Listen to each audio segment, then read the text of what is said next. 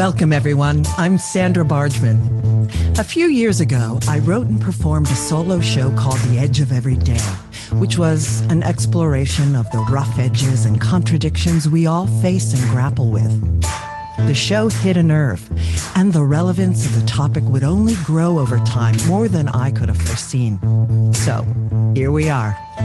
Real talk with real people, sharing stories and perspectives that spark provocative invitations to leap out of what's safe, on the edge of every day.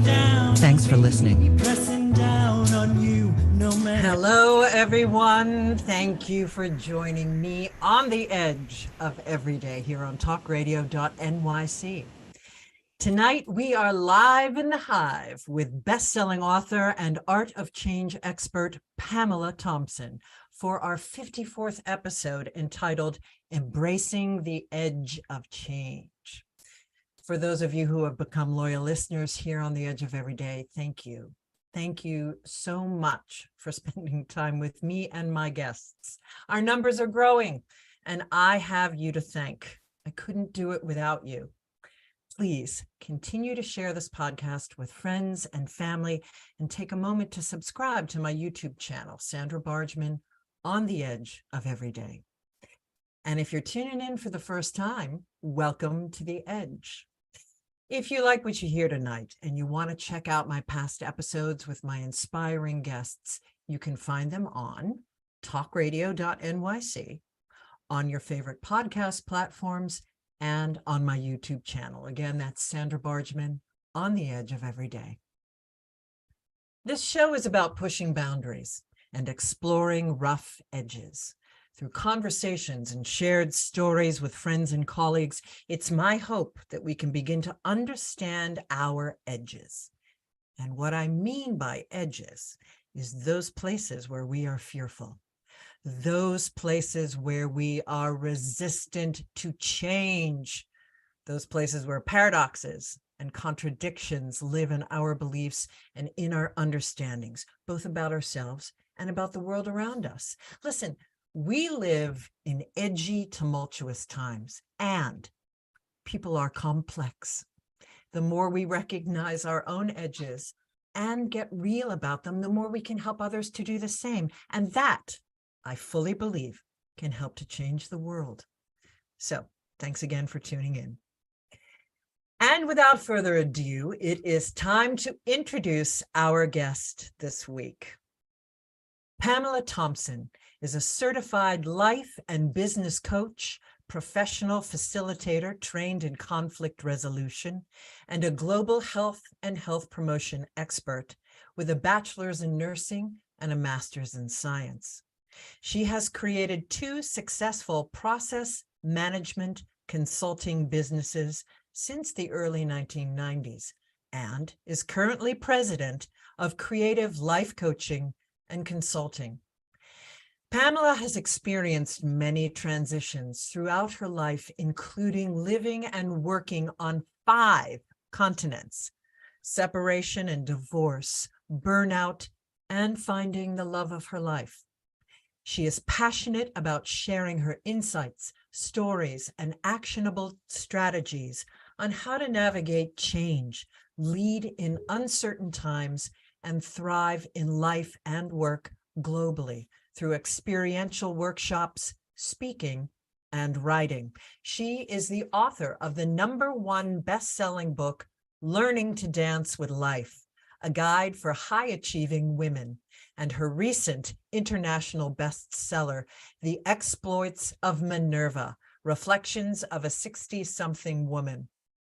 Pamela is committed to making a difference and is the president and founder of the national member-based nonprofit Female Wave of Change Canada. Pamela Thompson, welcome to the Edge of Every Day. Thank you so much, Sandra. I'm excited and honored to be here. Oh, well, I'm honored that you agreed to come on. As I was telling Pamela while we were pre-chatting before coming on, I have had just a glorious time researching her. And, you know, Pamela, listen, folks, this woman is a badass. I mean, there's nothing what I just read is like the tip of the iceberg. Getting a juicy CV. I mean, I'd be here all night reading her CV.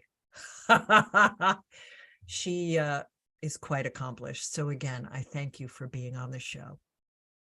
Thank you. So I love to tell everyone listening in how I know my guests. And I met Pamela through a friend of mine, someone I met doing this podcast, Jennifer Kaufman. You may recall her show about the trauma and the growth that she made through being present during the Boston Marathon bombings. Yeah. So Jennifer and I have become good friends, Pamela, and she wrote to me and said, you have to have Pamela Thompson on your show. And so I looked at your website and I was like, I do. And then I attended your wonderful book launch for the Exploits of Minerva and got to hear all about it. And I'm so excited for you to be sharing with our guests about that. That was a wonderful book launch. Well, thank you. It was fun. I love co-creating and implementing events. That's one of my sweet spots. I love doing that. Ooh, love that. Yeah, I do too. And I think those online book launches are key for new books. I have found that the people that are doing that are really getting good, with the timing of getting it into, driving people into purchasing your book in a certain window. It's really a great thing. So if you're listening in, folks, about ready to write a book or have a book, pay attention to the wisdom of Pamela Thompson about all of that. Well, thank you much. So, which we'll get into a little later, but I want to focus in a little on change, my jam, your jam. But before I do, I have a question I love to ask my guests. It was asked of me, and I heard it on a podcast too, and I just loved it. And there's so many directions you can go in asking this, but particularly you, but so all of my guests do a plethora of things. They wear so many different hats, and they're so accomplished in so many directions. And as we really navigate our understandings of what identity even means in today's world, what identity do you lead with in your life, Pamela? Ooh, that's a really good question. What identity do I lead with in my life? Well, because I wear two hats, I probably have two identities that I lead. If I'm speaking on leadership, because I'll speak a little bit more later about Female Wave of Change and Female Wave of Change Canada. That's all about feminine leadership. So I lead as an authentic feminine leader, heart-centered, collaborative, inclusive, I hope, in that way. And I guess when I think about it, those feminine leadership qualities, I probably lead with, or I would hope to lead with, in all of my life. So I probably lead with those feminine leadership qualities that men can have as well. Just saying. But a lot of time, they have not been the qualities that a lot of our organizations and systems have been based on.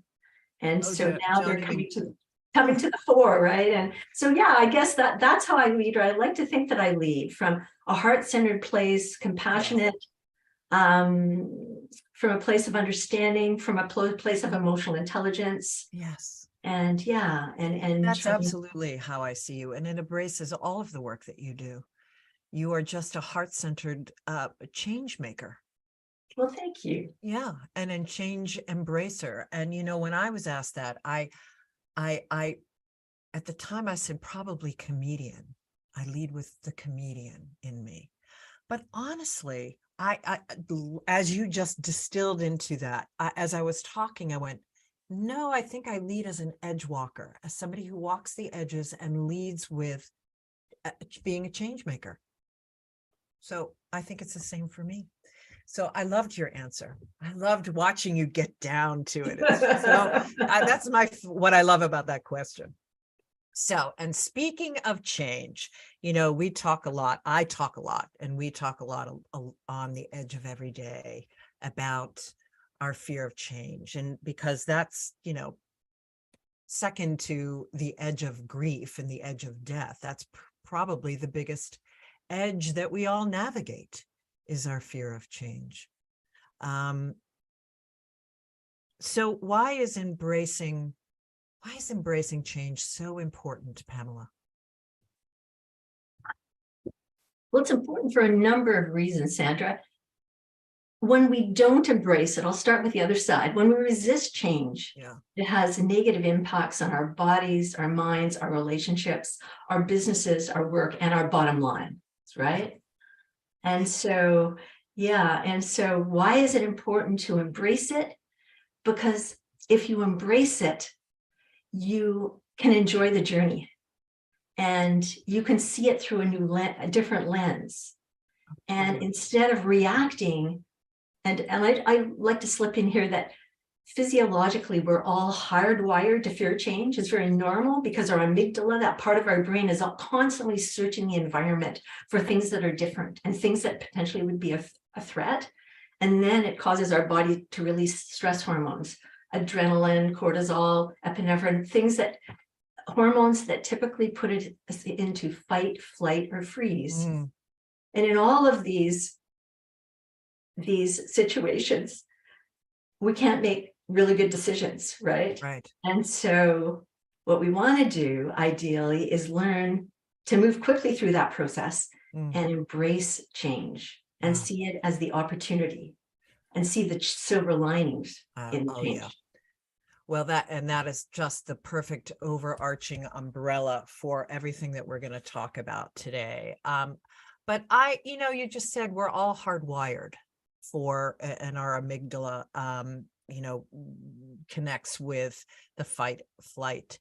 But, I have to say, over the course of probably since, of the last 60 years with the insanity on the political scene, I have wondered if there is a certain type of person who's hardwired to, when I talk about politically, hardwired for sameness and lack of diversity. But in this case, it's also, is there a certain person who might be more wired to embrace change? Maybe more so. I'm sure there's a spectrum, and I always think of people, there's a spectrum. But when was the moment that you personally connected to understanding that you were down with change, that you liked change? I mean, I not that I want to speak for you. I'm assuming that you embrace change well. I've heard in some of the things I've listened that you get bored really easy, which I can so relate to. But I had my aha moment, like, oh, you're really okay with change, more so than the average person. When was that moment for you? Well, I have to dig deep for that one. A bunch of things are coming up. I guess when it really came to the fore is when I launched my first coaching business in 2009. I had a business coach, right?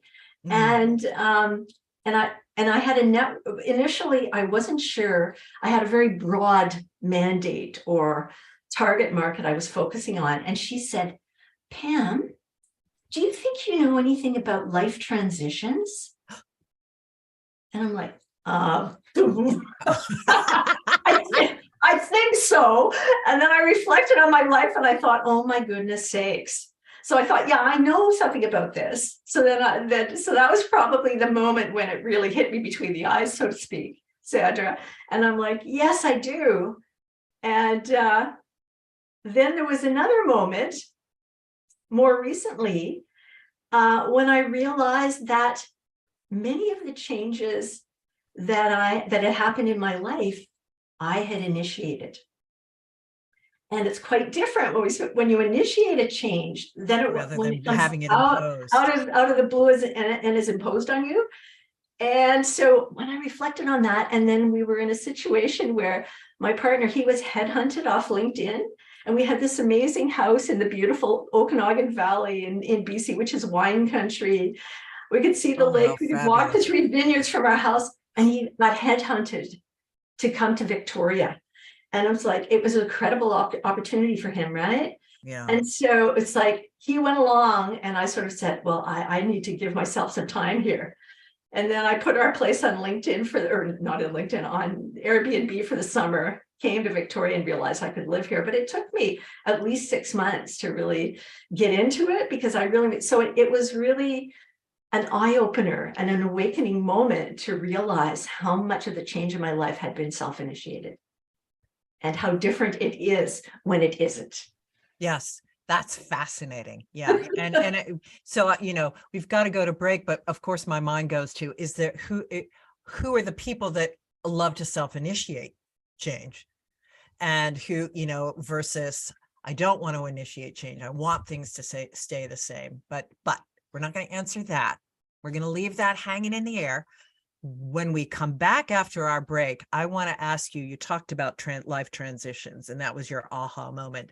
And I love I just got your newsletter, and, or no, I read something in your blog about what is the difference between life transition and life change. And I loved the clarity that you offered in that. And I want to start with that when we come back after our break. And then we're going to move into some more questions around change. And then we're going to dive into the exploits of Minerva when we come back with Pamela Thompson on the Edge of Everyday. Stay tuned.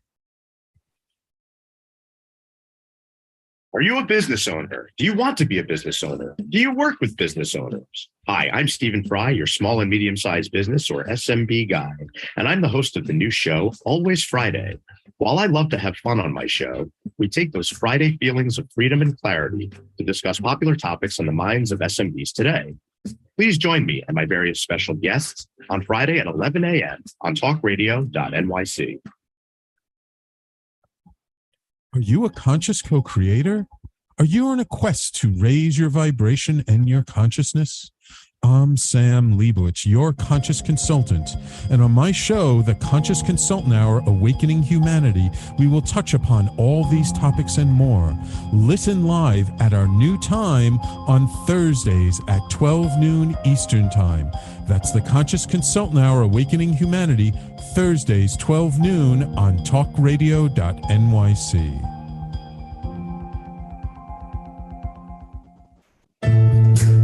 Are you on edge? Hey, we live in challenging, edgy times, so let's lean in.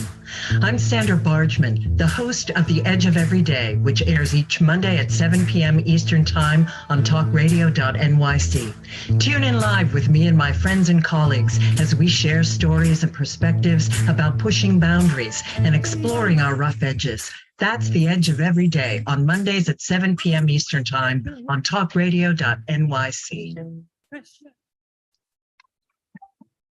You're listening to Talk Radio NYC. Uplift, educate, empower.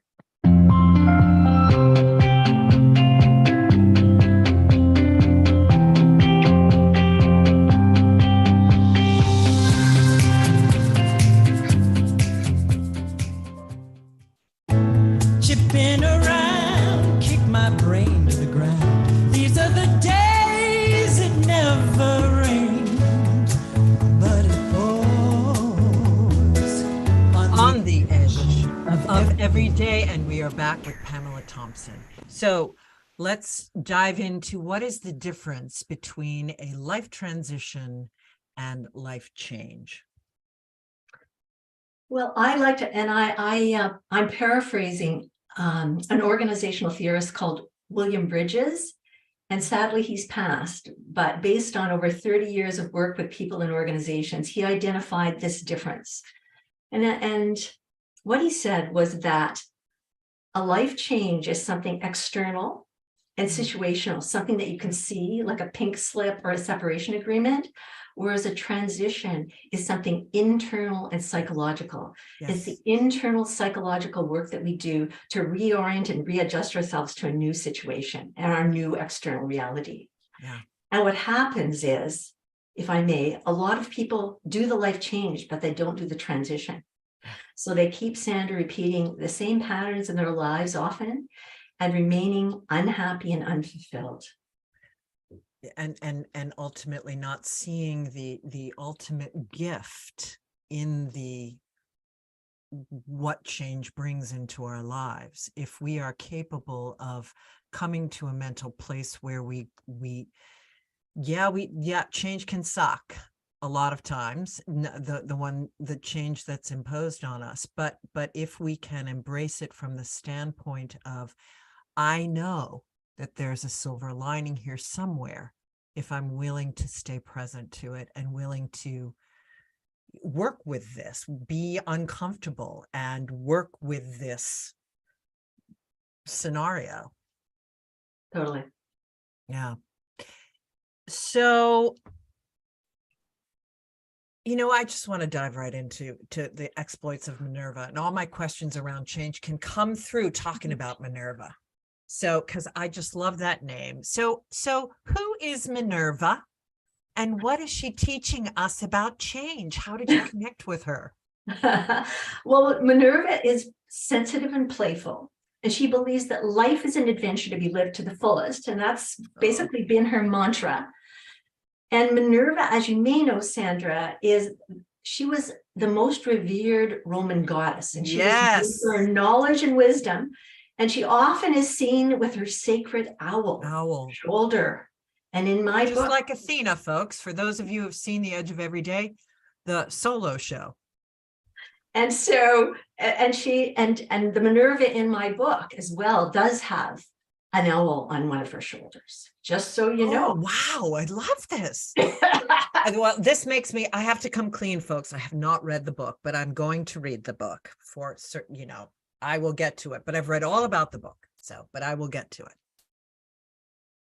So I'm thrilled to know that she has an owl on. Yeah. So the other part of your question, can you repeat it again? You asked me who's Minerva, and then the second bit. I love how I always love to go and digress and go out on limbs. So I said, what can she teach us about change, and how did you connect with her? Okay. Well, how I connected with her is over 25 years ago. About 25 years ago, I was riding on a bike trail in Ottawa, where I used to live, and her essence came to me. I love this. And I was so busy. I had a busy life. I had kids who were like teenagers. I was starting my first consulting business. I didn't have time to write about Minerva, right? And so I pushed her down, if you will, or pushed her away. So you were weird. You weren't kind of freaked out that this entity and this essence was speaking to you. I mean, you don't strike me as you would be, but I wouldn't be. I would be celebrating. Anyway, she came to me, and I sort of put her away. And then about 3 years ago, I'm going to say, she came back and said, you need to write about me. So initially I was going to write a fiction. I was going to write a novel. That's what I set out to do. Right. And then I realized that I have a lot of experience with transitions. And there was this woman, I was new to Victoria, and I joined a newcomers club. And I met this woman, and she had recently been widowed, and she was amazing. She was in her early 60s. And she said, Pam, I came here 6 months after, we retired. We moved from one coast to the other coast in Canada. Within 6 months of coming here, the love of my life died. I met him when I was 20. I married him when I was 22. And she said, no one talks about that. They don't, you're a widow and you just get put over there. You're kind of invisible. No one asks you what it's like. No one tells, no one prepares you for it. And I thought, oh my God, it's really important to get these sort of, stories out. And so anyway, I did interview her and asked her, and she was very instrumental in identifying friends and friends of friends to interview. So then I created composite characters based on these women's stories of burnout, separation and divorce, aging, losing the love of your life, finding the love of your life. And obviously I added some of my own as well. But it was really, really fun to write. And my intention in doing it was to really help people to understand what they were going through, if they were going through something similar, so that they wouldn't feel alone. Also to help other people, men as well as women, understand other women in their lives and different things that were happening, right? And so really, I'm all about promoting understanding, because what I believe is when we understand each other, then there's way less conflict in the world. There's way more balance and peace.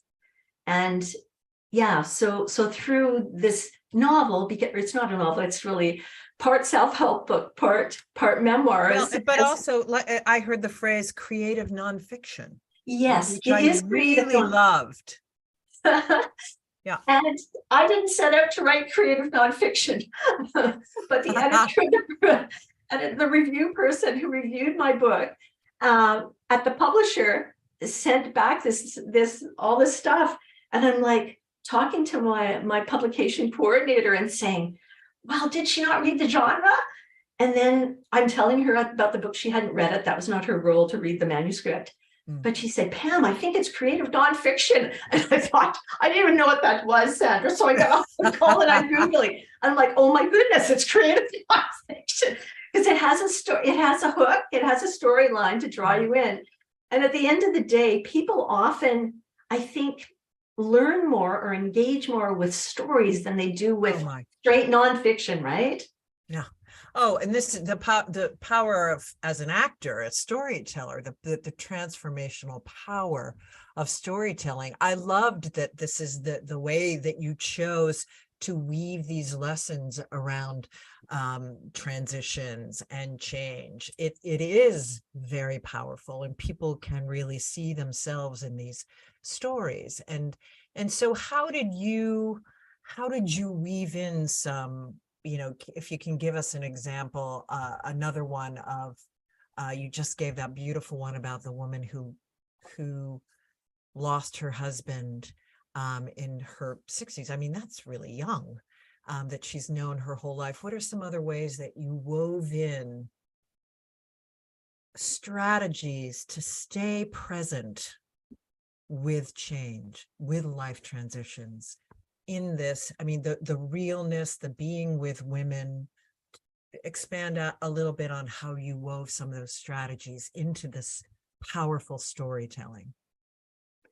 Well, the context I set for this book is 6 women who've been supporting each other through a variety of life transitions for over 20 years in a women's circle. Now, Sandra, I am in a women's circle, and I've only been in it for almost 4 years now. So I understand the context, right? So that's the context I decided to use. And then we have experiential exercises. A different person facilitates every night. And sometimes we bring an exercise, something that we've used with our own clients, because, some coaches, clinical psychologists, whatever. There's a variety of different types of folks in this women's circle. So for me, what I did is, and it's interesting because I just shared some of this in an experiential last week. I shared part of my Art of Change framework in one of the chapters of the book. And so, I set the stage being in the women's circle and having, people talking about change. Do you embrace it or resist it? And the first step in my 5-step Art of Change framework is shine the light. And that is when you explore how you respond to change and why. So what I did is I put it in the book. I said, okay, and one of those things is rate yourself on a scale from 1 to 10 in terms of how you typically respond to change. 1 being scares me to death, 10 being I thrive on it. Yeah. Don't think about it too much, right? And then I said, okay, now think about another change that comes out of the blue and is imposed on you. How would you respond to it? And 9 times out of 10, leaders and change makers rate themselves 9 or 10 on the first scale and 5 or 6 on the second one. No surprise, get it. Yeah. So anyway, so that's one way where I did incorporate some of my own work and some of the tools into the book. I love it. Well, and I love that the notion that there, like all things, there's a spectrum to understanding your resistance. So if there's a spectrum, this means that there's always ways that you can keep growing and learning how to embrace change, which circles back to my question. Is there a person that is wired to embrace change a little bit more than someone else? And those people who might not be wired know that they can, continually expand once they see how they're resisting change, then once you see it, you can then make some choices as to how you move through it. And of course, we will ask you when we come back after the break, what are some of those strategies?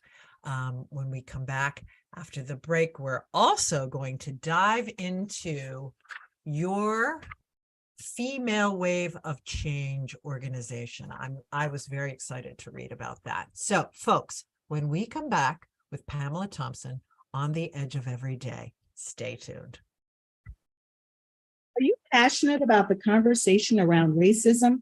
Hi, I'm Reverend Dr. TLC, host of the Dismantle Racism Show, which airs every Thursday at 11 a.m. Eastern on TalkRadio.nyc. Join me and my amazing guests as we discuss ways to uncover, dismantle, and eradicate racism. That's Thursdays at 11 o'clock a.m. on TalkRadio.nyc. In a post-COVID world, you may have many unanswered questions regarding your health. Are you looking to live a healthier lifestyle? Do you have a desire to learn more about mental health and enhance your quality of life? Or do you just want to participate in self-understanding and awareness? I'm Frank R. Harrison, host of Frank About Health, and each Thursday, I will tackle these questions and work to enlighten you. Tune in every Thursday at 5 p.m. on TalkRadio.nyc, and I will be Frank About Health to advocate for all of us.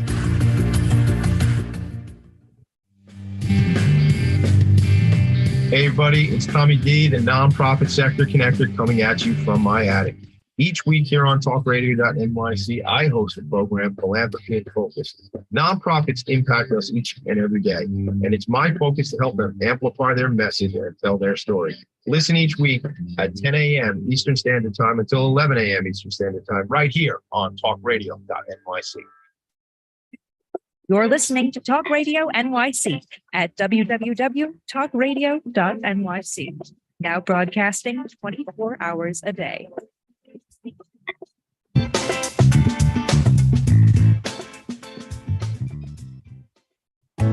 Chipping around, kick my brain to the ground. These are the days it never rained, but it pours On the Edge of Every Day, we are back with the magnificent Pamela Thompson, change maker extraordinaire. So before we dive into this organization, I want to make sure that we touch on these skills.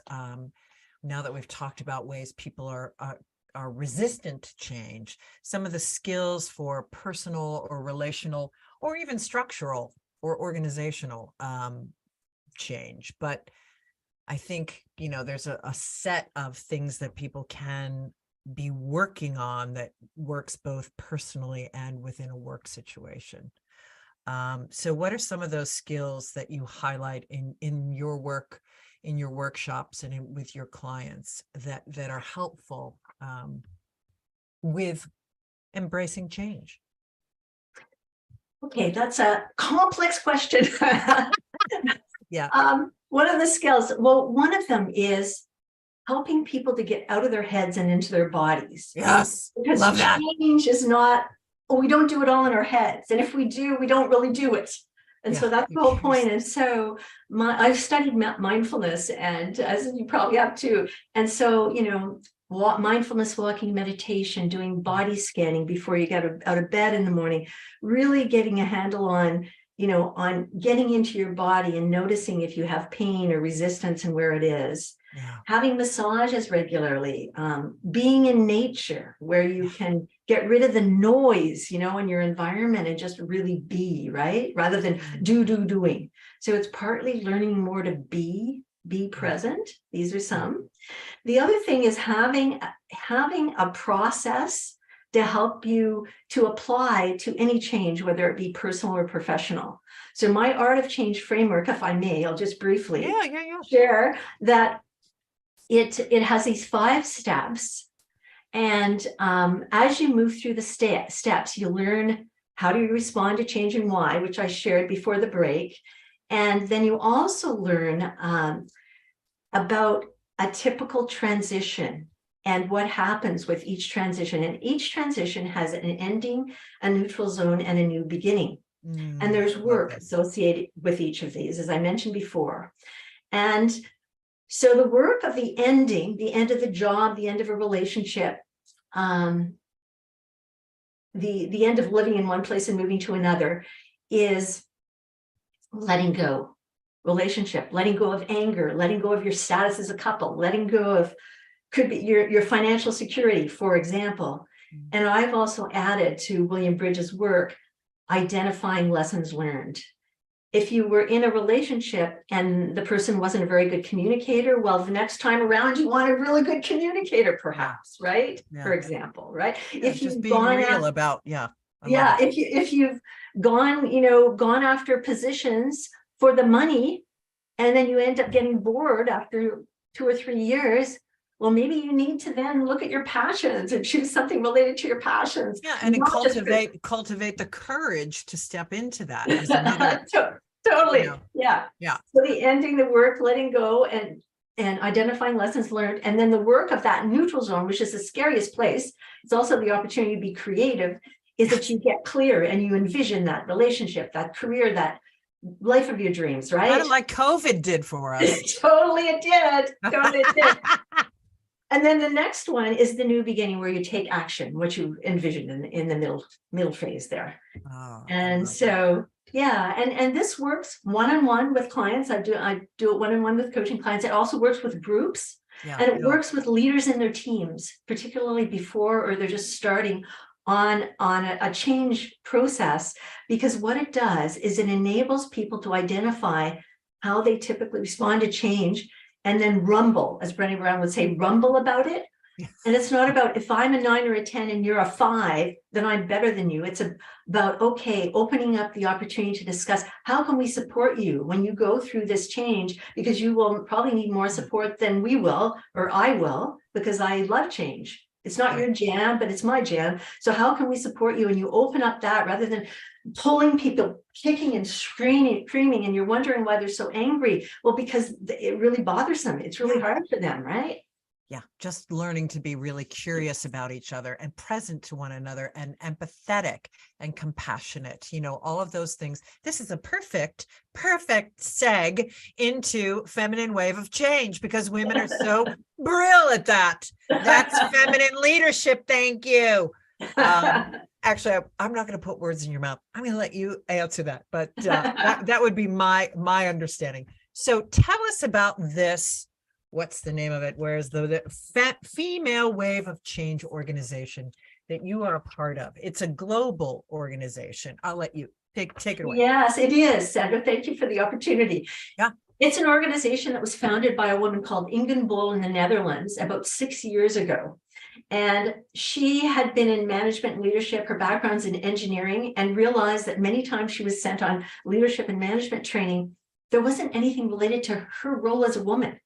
And, she left in her early 40s, she left corporate, and she did international consulting, and she realized, anyway, so she did a lot of work around the world, and then came back, and then she was in the Netherlands and was asked to coordinate a conference, or she got the idea that she wanted women to reshape the future and accelerate change for a better world.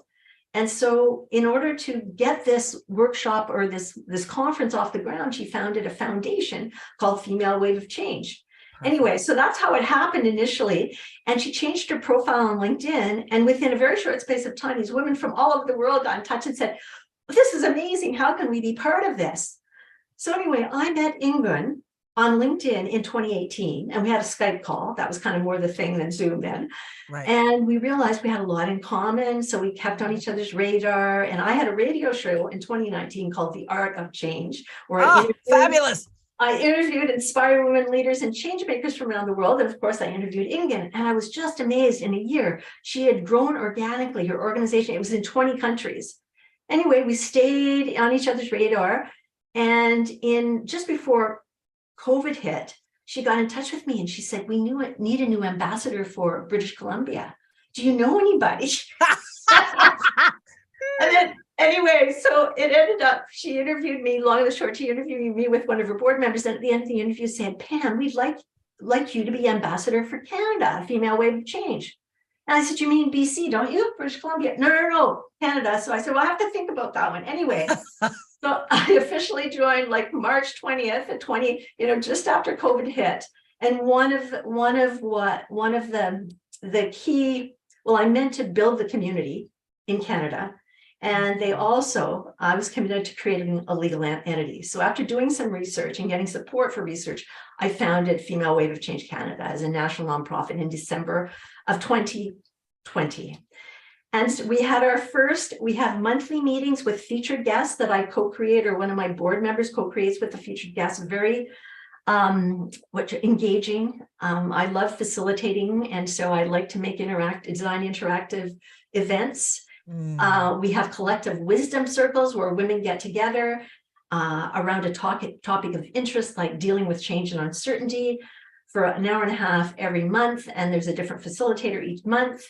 We have 5 pillars where we develop initiatives: economy, education, environment, health, and humanity.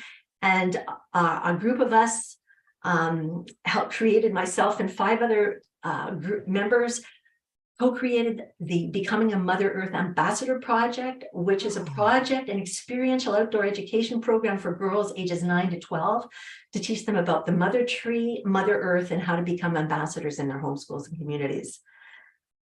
Oh my gosh, brilliant. We're just moving into hopefully piloting that. So we are looking for sponsors to support us. We don't earn any money from the parent. It's all a labor of love, this work that I do with Female Wave of Change. But this is something that we've developed, and we have developed an amazing curriculum with the support of a curriculum development consultant. We just finished that off on December 15th.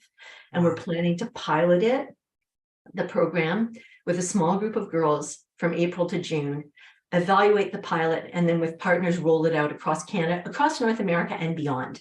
Because this is needed for girls. And it also integrates these feminine leadership qualities, because we liken the mother tree in the forest. Because they're all about building community, being compassionate. If one tree is dying, communication. You threw the mycelium. Yes. Oh yeah, it's amazing. It's amazing. Yeah. Well, okay. So whoever's out there listening that knows of sponsorship for this, clarion call to be in touch with Pamela Thompson. And we will, of course, give all of your contact information in the show notes. But what is the website for Female Wave of Change Canada? It is FWOCcanada.com. Great. Thank you for asking. Absolutely. So I noticed that nothing's really happening in the United States with this organization. You're right. Not a lot. Not a lot. There was someone they never had one for the whole state, because that's really, really big, right? But no different for you. Well, you've got a larger population base. We have a big geographical base. Yeah. Well, and we have a bunch of different countries in this. There was a woman in New York for a while, but then she really had to pay attention to her family and her business. So there's not a lot of states, that have, that are part of this. It's more European countries and African countries. Amen. South Africa, Namibia, and we also have a leadership development program called Women Leading in Change, and I'm on the faculty. I'm honored to be on the faculty, and it's a virtual leadership development program that is run out of Female Wave of Change Global, and there's faculty from all over the world and students from all over the world. So it's quite amazing. Wow. There's so many folks listening in, so many glorious ways to understand the art of change here on our planet. We have to go to break. When we come back with Pamela, I want to, of course, we're going to find out what's next for her. And maybe we'll ask her some fun questions, get a little bit more information on a couple of her other books. She says she has one other book, but she actually has 2 other books other than The Exploits of Minerva. I'm not going to ramble on about it 1 second longer. I'm going to go to break, and then we're going to open up with that when we come back. On the Edge of Every Day with Pamela Thompson. Stay tuned. Hey, everybody, it's Tommy D, the nonprofit sector connector, coming at you from my attic. Each week here on TalkRadio.nyc, I host a program, Philanthropy and Focus. Nonprofits impact us each and every day, and it's my focus to help them amplify their message and tell their story. Listen each week at 10 a.m. Eastern Standard Time until 11 a.m. Eastern Standard Time, right here on TalkRadio.nyc. In a post-COVID world, you may have many unanswered questions regarding your health. Are you looking to live a healthier lifestyle? Do you have a desire to learn more about mental health and enhance your quality of life? Or do you just want to participate in self-understanding and awareness? I'm Frank R. Harrison, host of Frank About Health, and each Thursday, I will tackle these questions and work to enlighten you. Tune in every Thursday at 5 p.m. on TalkRadio.nyc, and I will be Frank About Health to advocate for all of us. Are you a conscious co-creator? Are you on a quest to raise your vibration and your consciousness? I'm Sam Leibowitz, your conscious consultant. And on my show, The Conscious Consultant Hour, Awakening Humanity, we will touch upon all these topics and more. Listen live at our new time on Thursdays at 12 noon Eastern Time. That's The Conscious Consultant Hour, Awakening Humanity, Thursdays, 12 noon on TalkRadio.nyc. You're listening to Talk Radio NYC at www.talkradio.nyc. Now broadcasting 24 hours a day.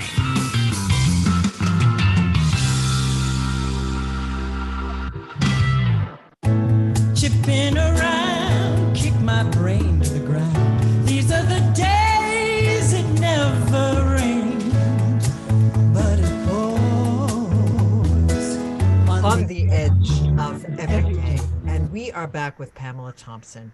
So I definitely want to touch on quickly your other two books.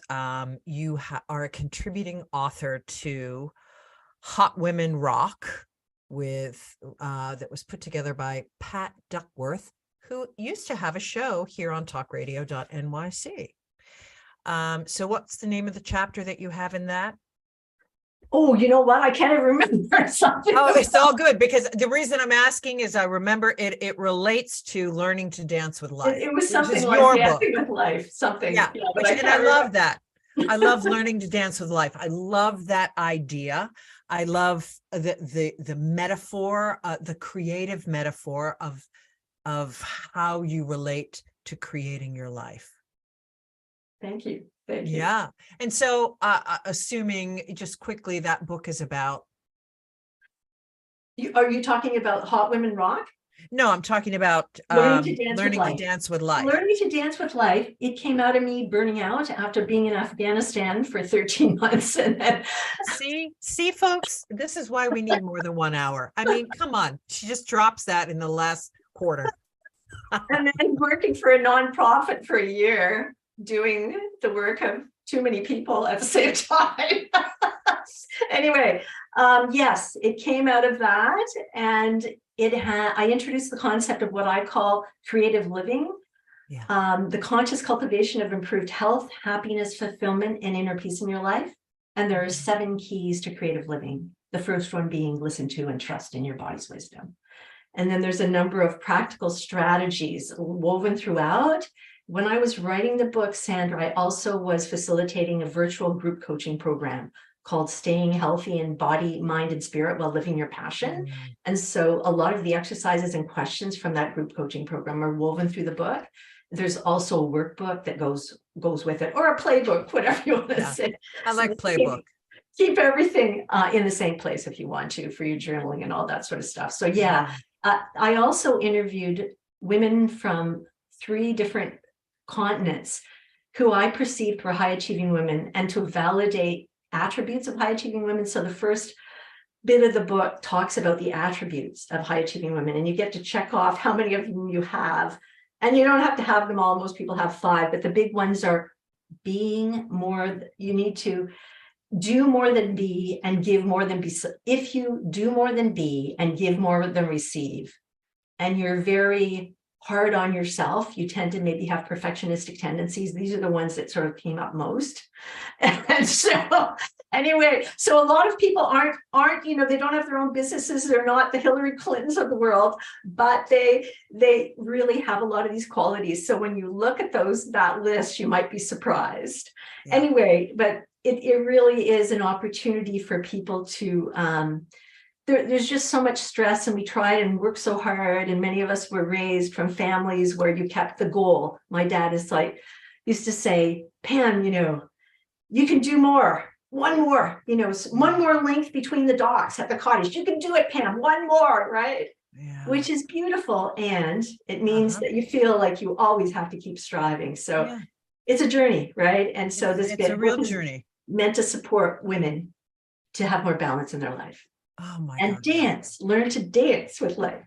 Yeah, no, totally. And this, the weaving together of all of your work and how it just supports the birthing of the new feminine leadership, the birthing of the divine feminine in a more balanced way, for women to be stepping forward into a more powerful understanding of balance for themselves, and setting down, with all the DI and DEI work we're doing, white women setting down their perfectionism, and just so much the timeliness and beauty of all your work. The culmination of it is just extraordinary. Well, thank you. Yeah. I'm glad you get it. It's wonderful that you get it. I'm not sure everyone does. So thank you so much. I appreciate that. Excellent. Well, and I also, the creative, again, back to the creative metaphor. I really love that because, how it lines up with change as a creative process. I love that you are very forthright in that on your website, in the understanding that, life is creative. Our internal work is also creative, and that there's a real emphasis on that.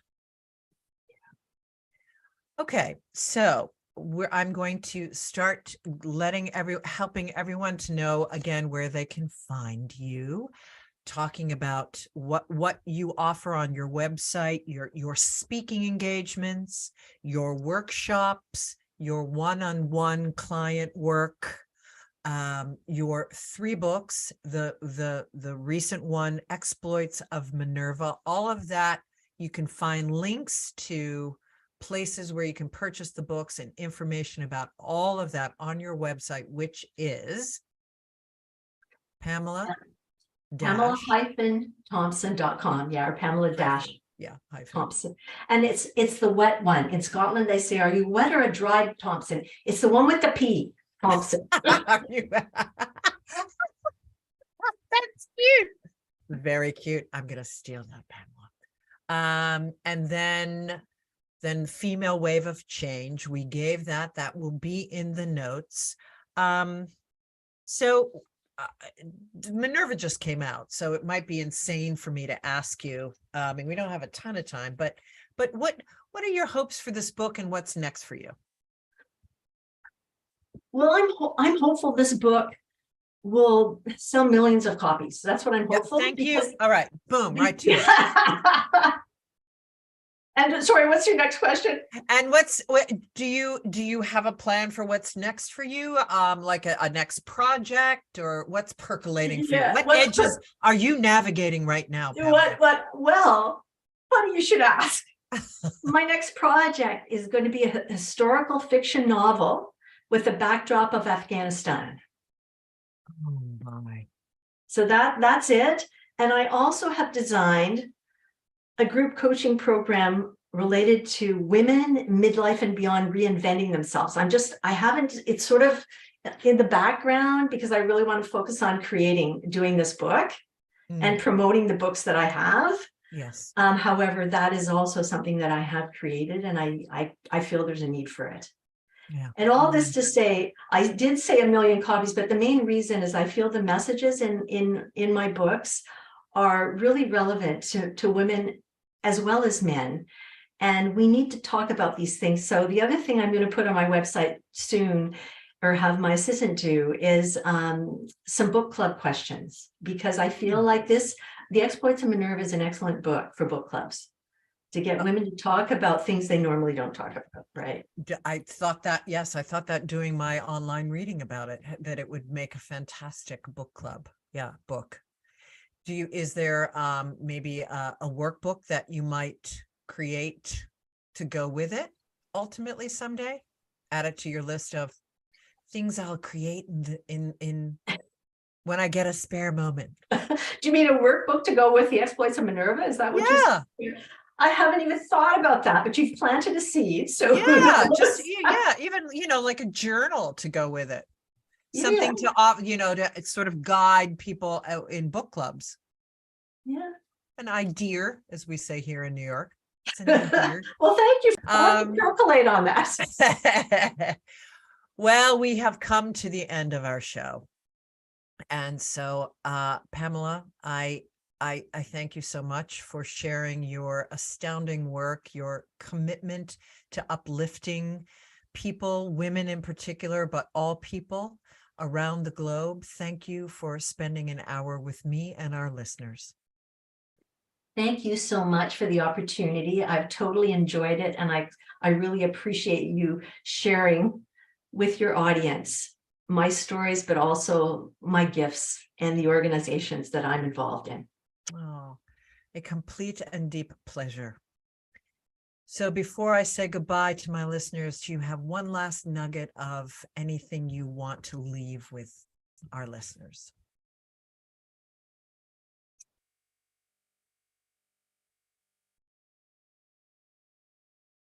Life is an adventure to be lived to the fullest. If you believe that, the world is your oyster and you will do things beyond your wildest dreams. Amen. Beautifully said, Pamela. Thank you. And for those of you who are listening in, thank you for spending this hour with us. Remember, you are always at the edge of the miraculous. See you next week. Thank you.